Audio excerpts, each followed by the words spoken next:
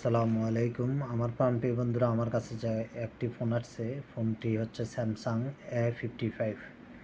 তো ফোনটির সমস্যা হচ্ছে, ফোনটি চার্জে লাগাইলেই একটি লোগো এসে এবং টুং টুং টুং টুং শব্দ করে।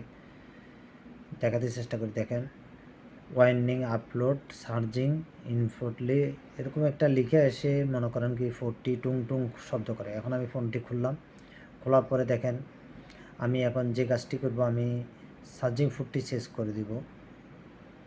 তো এই চার্জিং পোর্টটিকে আমি সেম নাই, কিন্তু লাইনগুলো সেম, কিন্তু কানেক্টারের যে ইয়েগুলো একটু হালকা ফারাক আছে, তাই আমি এটা একটু মডিফাই করে লাগিয়ে দিব এখন।